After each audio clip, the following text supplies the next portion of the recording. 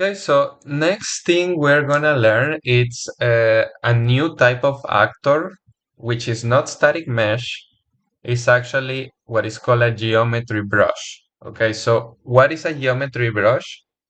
It's also gonna be a 3D model that we can use in our game. But the difference between that and a static mesh is that geometry brush is used more for prototyping. What do I mean by prototyping? Basically, whenever you are starting out a new level and you're just designing the level, you are not worrying too much about the final product. That's where geometry brushes are useful because they are actually easier to reshape, they're easier to edit around. So, what's very common in the industry is to start out the game with geometry brushes just for designing and kind of like shaping your objects as you want them. Then, when you're getting to the final product, you change the geometry brush into a static mesh. Okay, so that's kind of what they are most useful for. So let me show you a quick example here. We're gonna go here on create, and instead of going on shapes directly for static meshes, we're gonna go here on geometry.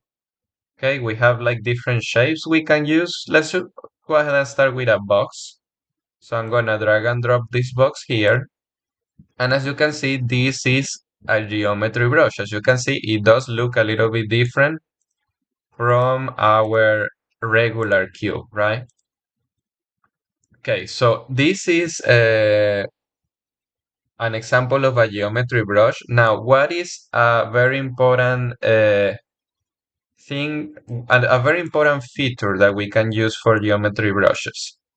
First of all, I'm gonna make it a little larger. Something like, you can follow me along, by the way, make this a little bit larger. Now, here, I'm gonna create a second geometry brush. Let me actually put it here outside. Okay. I'm gonna create another geometry brush to show you something that is really useful about them. Something that we cannot really do for regular static mesh actors. So let's say I have two geometry brushes like this, right? Something that's very common, very useful when working with geometry brushes is using this brush type. So go ahead on the details panel on brush settings. And here there are a few different things that are really useful about geometry brushes for designing. One of them is this brush type. So this brush type, what it does is that it can be additive or subtractive. So whenever we overlap two brushes, we can make them add up together or subtract between each other. So let's do this. I'm gonna go ahead and select the smaller brush and then make it subtractive.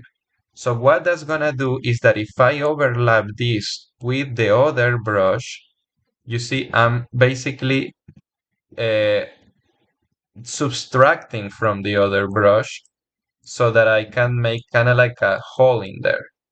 Okay, so this is something we could not do with static meshes. So this allows us to design our object a little bit more easily. Okay, let's say I want to create a kind of like a house or a building.